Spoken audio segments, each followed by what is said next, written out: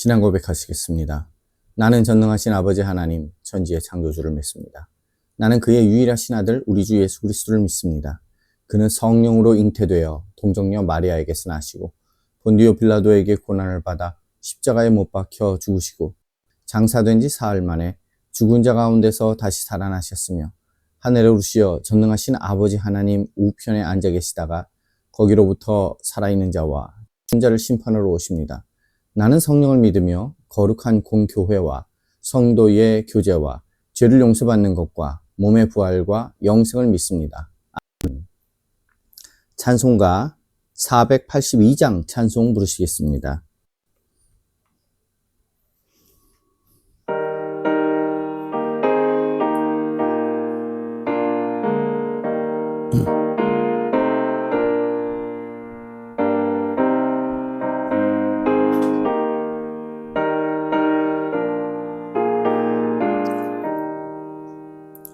참 즐거운 노래를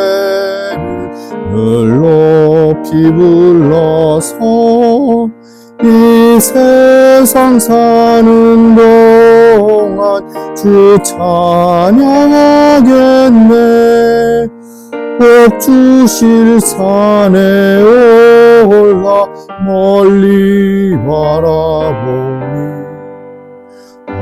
건너가려 단강 뚜렷이 보이네. 참 아름다운 노래 늘 높이 부르세. 하늘의 소망 주신 주 찬양하여라. 참 아름다운 노래 다 함께 부르세. 하늘의 기쁨 주신 주 찬양하여라. 참 즐거운 노래를 늘 높이 불러서 내 영혼 구원하신 주 찬양하겠네. 땅 위의 성도들이 부르는 노래에 저 하늘의 천사들 다 화답하겠네. 참 아름다운 노래 늘 높이 부르세. 하늘의 소망 주신 주 찬양하여라. 참 아름다운 노래 다 함께 부르세. 하늘의 기쁨 주신 주 찬양하여라. 참 즐거운 노래를 늘 높이 불러서 만왕의 왕 되신 주 나 찬양하겠네. 거룩한 하늘 노래 들려올 그때에 참 그립던 주님을 반가이 대하리.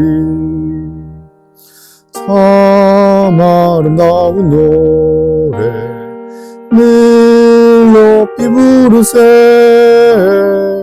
하늘의 소망 주신 주 찬양하여라. 참 아름다운 노래 다 함께 부르세. 하늘의 기쁨 주신 주 찬양하여라.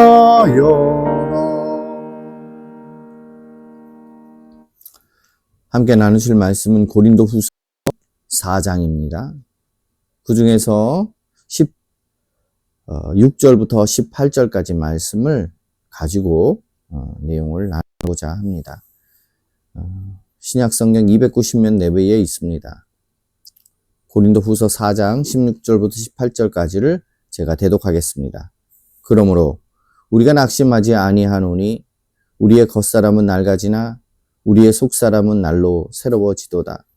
우리가 잠시 받는 환난에 경한 것이 지극히 크고 영원한 영광에 중한 것을 우리에게 이루게 함이니 우리가 주목하는 것은 보이는 것이 아니요 보이지 않는 것이니 보이는 것은 잠깐이요 보이지 않는 것은 영원함이라. 아멘.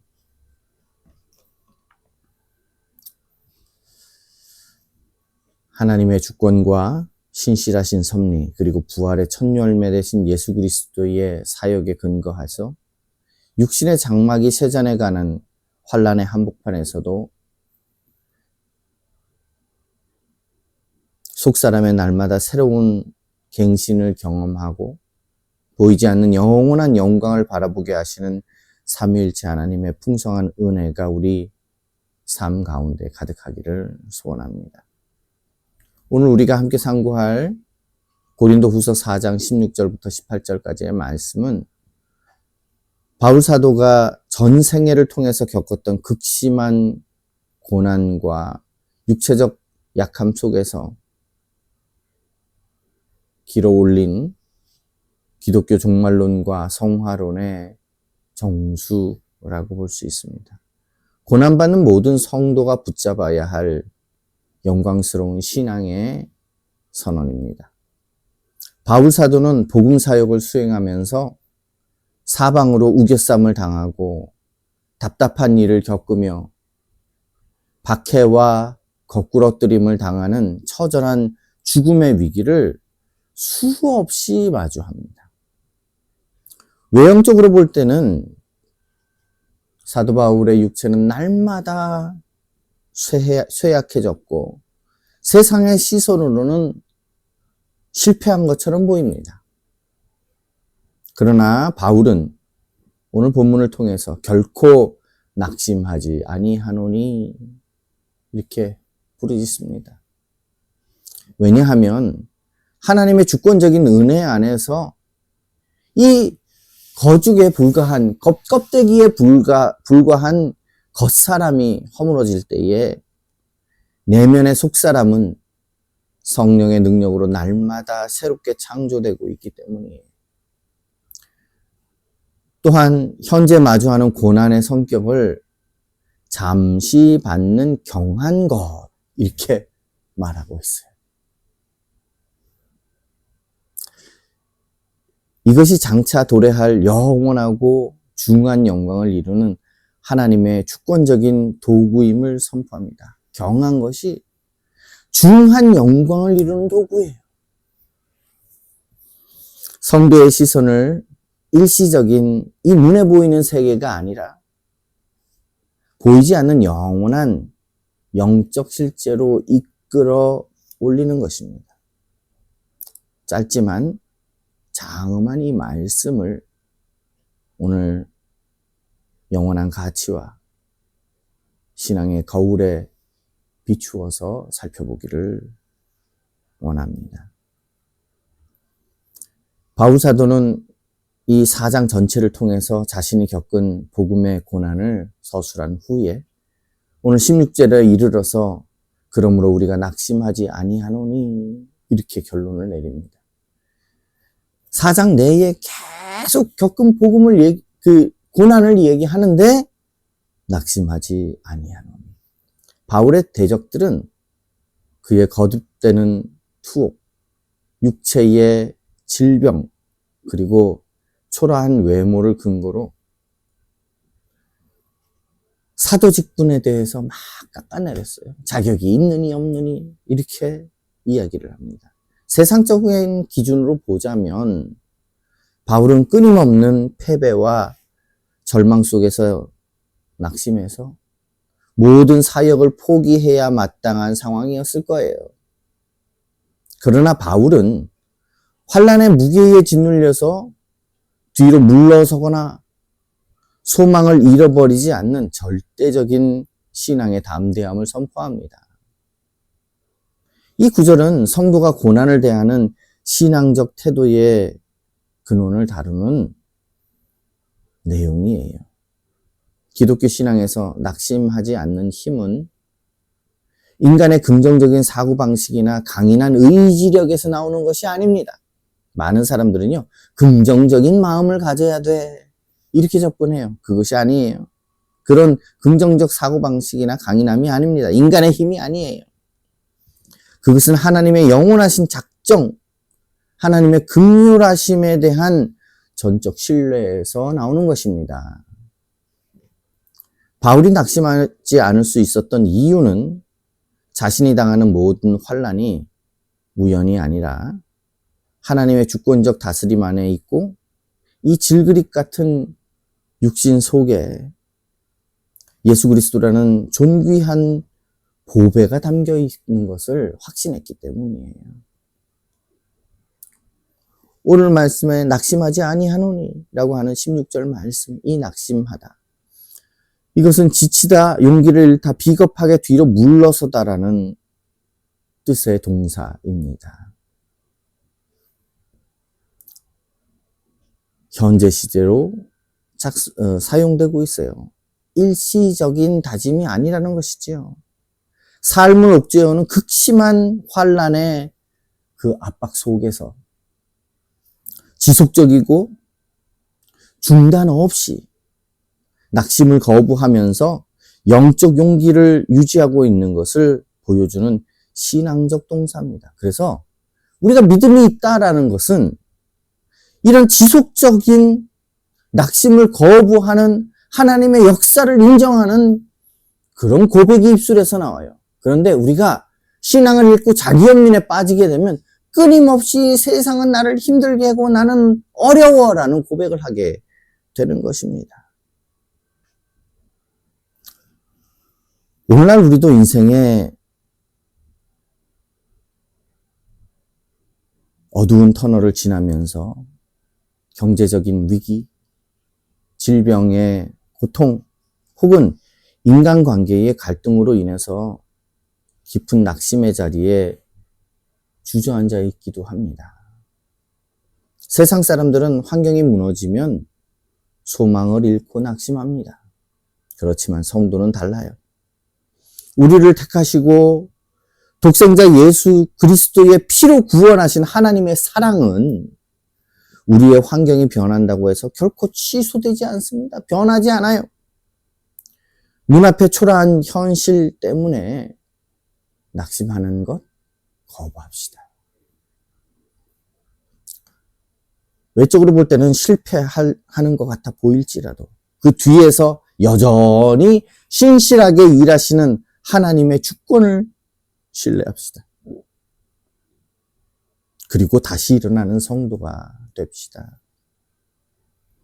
바울은 낙심하지 않는 구체적인 이유를 인간의 이중적 실존을 통해서 대비합니다. 우리의 겉사람은 낡아지나 우리의 속사람은 날마다 새로워지도다. 겉사람과 속사람을 비교하면서 설명하고 있어요. 세월의 흐름과 복음을 위한 핍박은 바울의 육체를 소모시키고 파괴합니다. 겉사람의 낡아짐은 피할 수 없는 현실이지요. 우리도 마찬가지예요. 그러나 바울은 그것이 끝이 아님을 고백합니다. 육체가 파괴되는 그 순간에도, 소멸하는 그 순간에도, 핍박이든 죽임이든 간에 그의 내면 깊은 곳에는 영적인 실제인 속 사람은 삼위일체 하나님의 성령님으로 말미암아 매일매일 지치지 않은 신령한 활력으로 갱신되고 있어요. 이사야서에 나오는 독수리가 날개치며 올라감 같을 것이며, 젊은 자도 넘어지는데 그 심령은, 하나님을 의지하는 자는 독수리가 날개치며 올라감 같을 것이래요. 이것은 기독교 인간론의 핵심입니다. 겉사람과 속사람의 관계, 그리고 성화의 중단 없는 그 놀라운 모습을 이야기하고 있어요.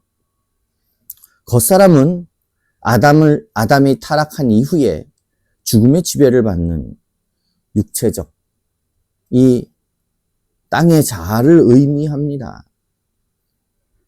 환난과 세월 속에서 필연적으로 부패하고 쇠퇴하지요. 반면에 속사람은 그리스도와 연합합니다. 성령님으로 말미암아 새롭게 거듭난 영적 자아이지요. 하나님의 주권적 은혜는 고난을 통해서 겉사람의 교만과 정욕을 깨뜨리시고 그 깨어진 틈새를 통해서 성령께서 속사람을 더욱 정결하고 건강하게 빚어가시는 신비로운 성화의 섭리를 이루어 가시는 거예요.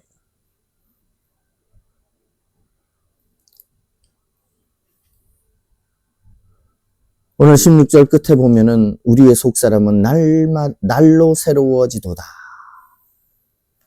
새로워지도다. 위로 다시 이런 의미를 가집니다. 그리고 질적으로 완전히 새로운 상태를 뜻하는 단어와 두 개가 결합한 내용이에요. 현재 수동태 동사입니다. 이것은 성도 자신의 수양이나 노력이 아니라는 거예요.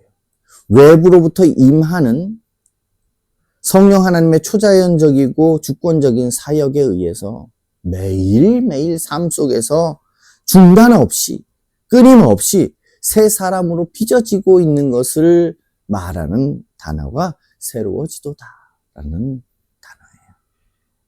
우리는 나이가 들고 건강을 잃어가고 또 주님을 위해서 봉사하고 헌신하는 삶 속에서 육신이 지칩니다. 겉사람이 낡아지는 것을 경험하게 되지요. 낙심하지 맙시다. 그냥 그대로 받아들이자고요. 그래서 두려움과 허무함을 느끼기도 하지만 낙심하지 맙시다. 겉사람이 낡아지는 것은 당연한 것입니다. 안 그래야 될 것처럼 여기지 맙시다. 중요한 것은 우리의 속사람이에요. 매일 아침 눈을 뜰 때마다 세상의 염려로 마음을 채우지 말고요. 걱정으로 마음을 채우지 말고요. 하나님의 말씀을 묵상하고 기도함으로 성령께서 내 영혼을 새롭게 하시는 은혜를 구합시다. 육신의 쇠잔함 속에서도 영적인 기쁨과 거룩함을 날마다 더해가는 성도가 됩시다. 우리의 힘이 아니라 하나님의 힘으로 말이죠. 바울은 성도가 겪는 고난의 본질을 영원이라는 시간에 현미경으로 다시 한번 설명해요. 우리가 잠시 받는 환난에 경한 것이 바울이 고린도에서 고백한 이 환난들은 결코 가벼운 것이 아니었습니다. 너무 처참하고 고통스럽고 힘들고 무거운 것들이었는데도 불구하고 잠시 받는 환난에 경한 것 이렇게 설명하고 있어요. 매 맞고 돌 맞고 파선당하고 굶주리고 그리고 죽음의 위협이 계속 그의 삶을 쫓아다녔습니다. 그렇지만 바울은 이 모든 극심한 고통을 향해서 잠시 받는 가벼운 것, 잠시 받는 경한 것 이렇게 표현하고 있어요. 놀랍지 않습니까? 이 구절은 어떻게 이렇게 고백하는지, 이 구절은 고난에 대한 기독교 종말론적 관점에서 설명을 하고 있어요. 신앙에서 환난은 그 자체로 영원한 목적이 될 수 없습니다. 하나님 나라의 그 영원한 시간표하고 비교해서 볼 때에 이 땅에서 수십 년의 고난은 한순간에 지나지 않는 잠깐의 사건에 불과한 것입니다. 또한 그리스도의 십자가 고난에 참여하는 성도의 환난도 주님의 영광스러운 재림의 날에 완전하게 해소될 성격을 가지고 있는 것이에요. 바울은 고난의 실제적인 아픔을 부인하는 것이 아니고요. 다가올 구원의 완성이라는 이 큰 우주적 성취하고 비교해서 볼 때에 현재의 고난은 철저하게 상대적으로 작은 것으로, 아주 가벼운 것으로 보는 것이지요. 그래서 경한 것이라고 하는 것은 무게가 나가지 않는 가벼워서 깃털 같은 이런 의미로 쓰고 있는데, 사도 바울이 온몸으로 받아냈던 그 처절한 박해의 강도를 생각할 때에 참으로 반대적 표현을 쓰고 있는 것이지요. 이것은 주님의 영광이라는 저울추가 얼마나 압도적이고 위대하고 큰지를 강조하기 위해서 자기가 받은 그 고난이 철저히 가벼운 무게로 규정하는 그런 설명인 것이에요. 자기 연민이 있으면 이렇게 설명하지 못합니다.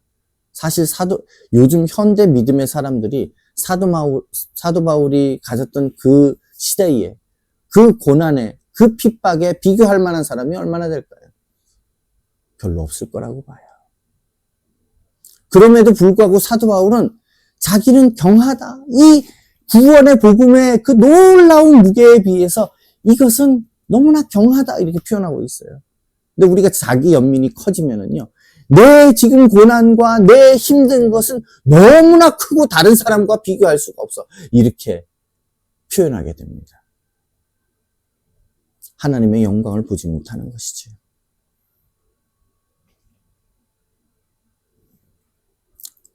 지금 우리가 겪고 있는 환난의 무게는 얼마나 무거울까요? 당장이라도 숨이 막힐 것 같고 영원히 끝나지 않을 것 같은 그 고통 속에서 눈물 흘리고 있지는 않습니까? 인간의 눈으로 보면 환난은 태산처럼 무거워 보입니다. 그러나 믿음의 눈을 들어서 영원의 관점에서 나의 고난을 한번 바라보세요. 주님이 다시 오셔서 눈물을 닦아주실 그날, 우리가 이 땅에서 흘린 눈물과 아픔은 잠시 스쳐 지나간 가벼운 흔적에 불과했음을 깨닫게 됩니다. 고난의 무게에 압도되지 말고 소망의 닻을 영원에 내리는 성도가 되어야 할 것입니다. 많은 사람들의 관계를 제가 이렇게 보면은요, 고난이 있어요. 서로 아픈 관계, 서로 찌르는 관계가 있었어요. 그런데 먼 훗날 이것이 다 해결되고 이렇게 화해하고 그러고 나선 한쪽 사람이 죽거나 죽지 않았더라도 그런 화해되고 난 다음에는 그때 그 아픔이 잠깐의 순간처럼 느껴지는 거예요. 그리고 그 기쁨, 회복된 기쁨은요, 아주 큰 것으로 여겨지게 되는 것입니다. 주님께서 그 영원 가운데 우리에게 주시는 그 복이 바로 이런 것이죠. 아니, 비교가 되지 않지요. 훨씬 더 크지요. 그래서 바울은 고난이 가져다주는 궁극적인 종말론적 보상을 설명합니다. 지극히 크고 영원한 영광에 중한 것을, 영광에 중한 것을 우리에게 이루게 함이니, 환난은 무의미하게 지나가는 소모적인 고통이 아닙니다. 하나님의 절대적인 주권의 섭리 안에서 성도가 믿음으로 통과하는 모든 환난은 장차 올 지극히 크고 영원한 영광의 무거운 무게를 형성하는 거룩한 재료가 됩니다. 바울은 가벼운 환난과 무거운 영광, 그리고 잠시의 고통과 영원한 승리를 극적으로 대조시키면서 그 영광의 크기가 얼마나 큰지, 그리고 지금 나의 환난이 얼마나 견딜 만한 것인지를 설명하고 있는 것이에요. 우리가 믿음이 있다면 이것을 비교할 줄 알게 됩니다. 믿음이 없으면 지금의 나의 고통과 환난이 가장 큰 것으로 보이게 돼요. 하나님의 영광은 보이지 않고요. 이 단락은 고난과 영광의 유기적 관계에 관한 내용입니다. 신앙에서 고난은 영광으로 나가는 필수적인 통로예요. 하나님께서는 하나님의 백성들을 영광스럽게 하기 위해서 먼저 환난이라고 하는 풀무불을 통해서 연단시키십니다. 이 고난의 과정을 통해서 성도는 세상의 정욕을 배설물로 여기게 됩니다. 이 죄악이 얼마나 참혹하고 어렵고 더 고통스러운 건지를 보게 만들어요. 오직 그리스도의 형상만을 닮아가게 되는 것이에요. 따라서 성도가 당하는 고난은 영광의 상급을 잃어버리게 하는 저주가 아니에요. 도리어 하늘의 그 찬란하고 그 밀도가 높은 영광의 중한, 이 영광의 중한 것을 차곡차곡 쌓아가게 하시는 하나님의 신실한 일하심의 증거라는 거예요.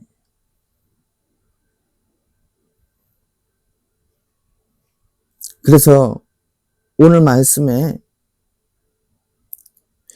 우리에게 이루게 함이니, 영광의 중한 것을 우리에게 이루게 함이니라고 하는 이 이루게 함이니 철저히 일하여서 결국 성취해내다는 뜻이에요. 완성 단계에 이르게 하다는 뜻이에요. 현재 시제입니다. 현재 성도가 받는 환난이 낭비되지 않고 바로 이 순간에 하나님의 주권적 손길에 의해서 장차올 영원한 영광을 실제적으로 만들어가고 있고 완성해 가는 그런 놀라운 원인으로서 작동하는 것이 이 환난이라는 거예요.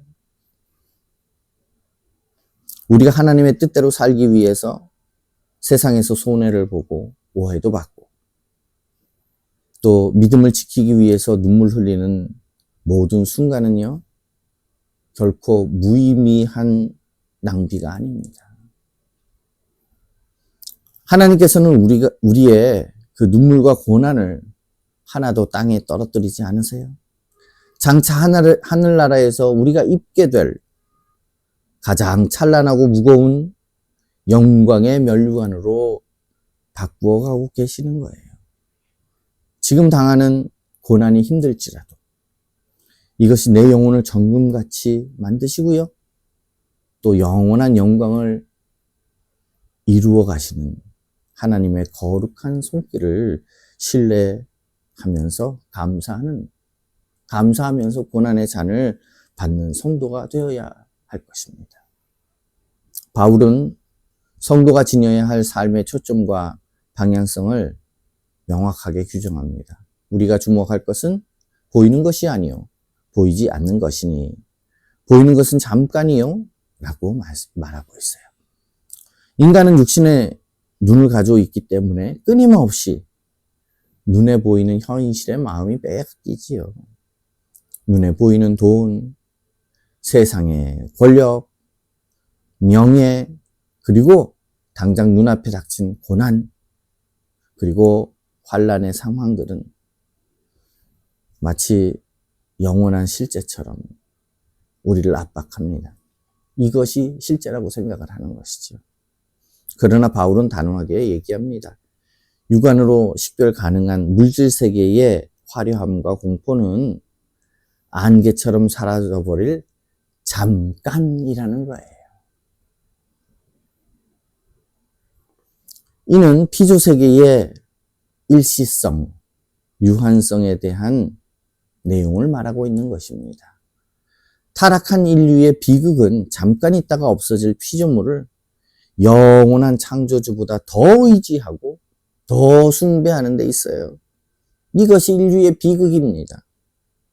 그렇지만 신앙의 관점에서 볼 때에 눈에 보이는 이 물질 세계는 영원한 하나님 나라가 도래할 때에 낡은 옷처럼 갈아입혀질 일시적인 무대에 지나지 않습니다. 저도 옷을 막 오래 입으면서 이 끝에가 막 닳고 이 목 뒤에가 닳고 뭐 이런 옷들이 있는데 그런 것들이 이제 너덜너덜해지면 버리는 거예요.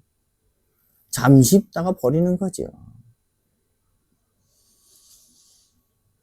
그러므로 겉사람의 안위와 세상의 풍요라는 이 눈에 보이는 조건에 목숨을 거는 것은 소멸해버릴 것에 허무한 그림자를 붙잡는 것, 이 영적인 어리석음일 뿐이라는 것입니다.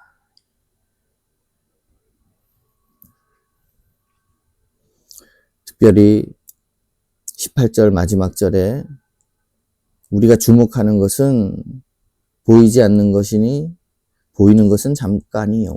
이렇게 말합니다. 보이는 것은 잠깐이래요. 특정한 기한이나 기회에 국한된 일시적인 것을 말합니다.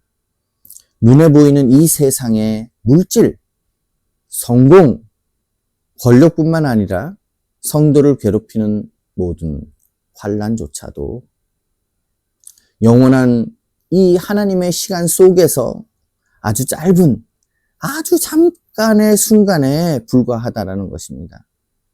유통기한이 지나고 반드시 소멸한 것을 말하고 있는 것입니다. 우리는 너무나 자주 잠깐 있다가 사라질 이 세상의 가치들에 온 정신을 빼앗긴 채 살아갑니다. 남들보다 더 넓은 집, 더 좋은 차, 세상의 높은 지위, 이러한 보이는 것들을 얻기 위해서 더 큰 교회,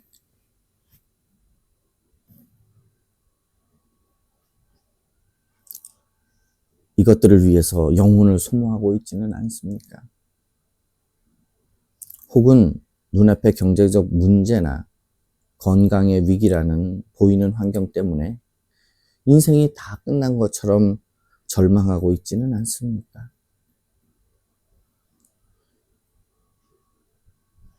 기억해야 합니다. 세상의 화려함도, 우리를 괴롭히는 고난도 모두 잠깐이면 지나갑니다. 영원하지 않은 세상의 유혹과 두려움의 마음을 빼앗겨서 영원한 가치를 잃어버리는 어리석은 삶을 청산해야 합니다.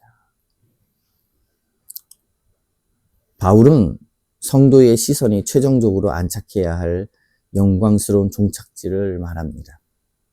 보이지 않는 것은 영원함이라.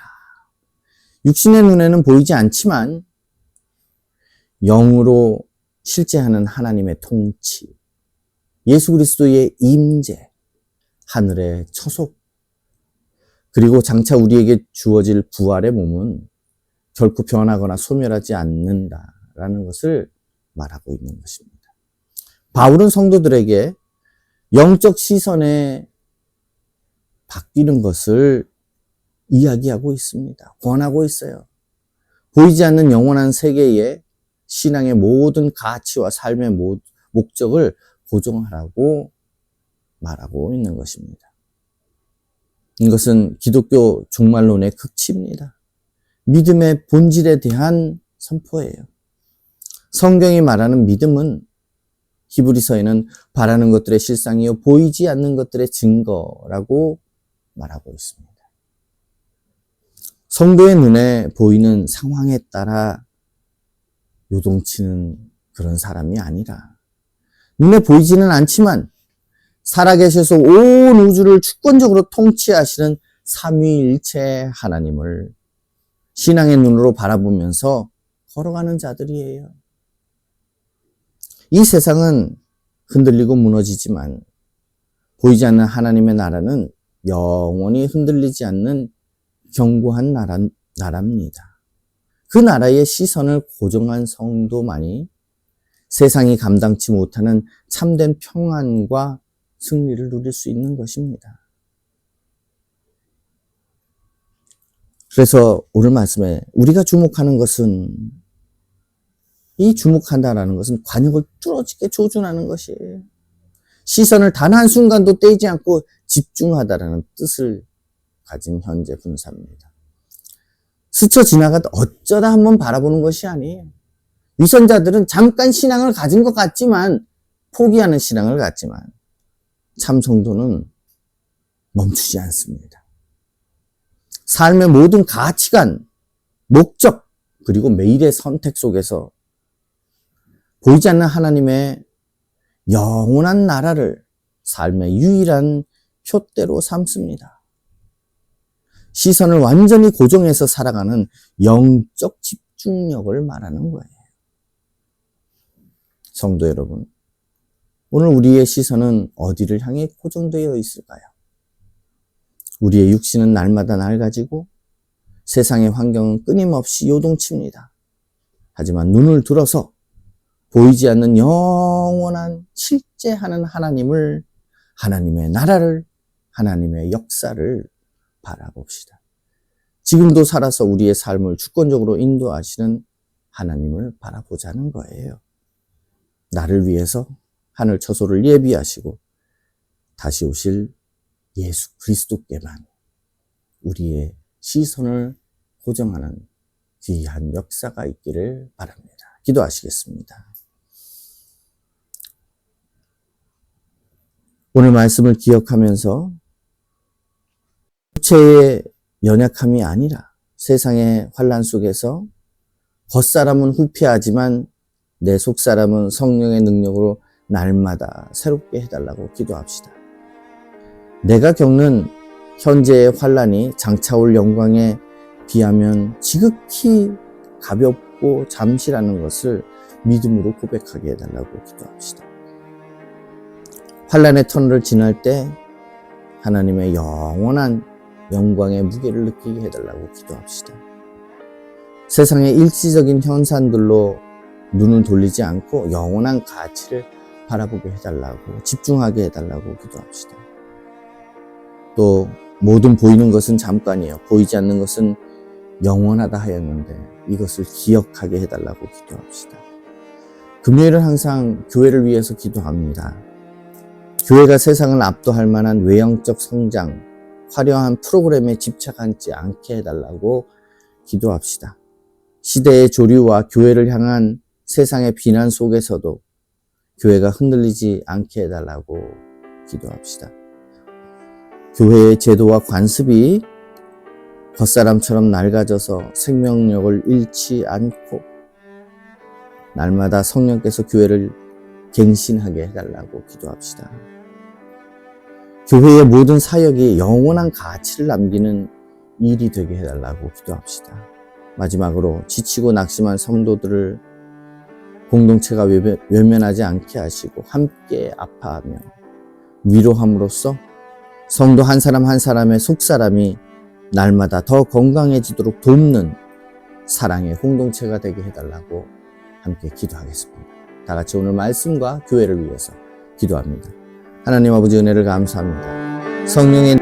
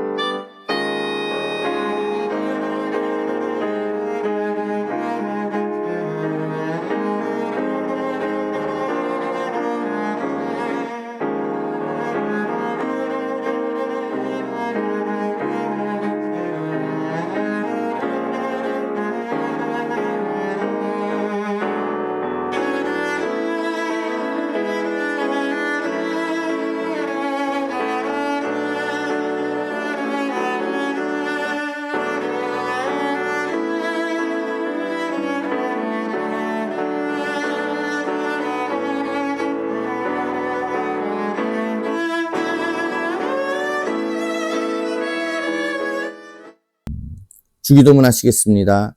하늘에 계신 우리 아버지여, 이름이 거룩히 여김을 받으시오며 나라의 마오시며 뜻이 하늘에서 이룬 것 같이 땅에서 이루어지이다. 오늘날 우리에게 일용할 양식을 주옵시고 우리가 우리에게 죄 지은 자를 사하여 준 것 같이 우리의 죄를 사하여 주옵시고 우리를 시험에 들게 하지 마옵시고 다만 악에서 구하옵소서. 대개 나라와 권세와 영광이 아버지께 영원히 있사옵나이다. 아멘. 각자 가지고 오신 기도 제목을 가지고 좀 더 기도하시다가 기도회를 마치시면 되겠습니다. 평안한 밤 되십시오. 감사합니다.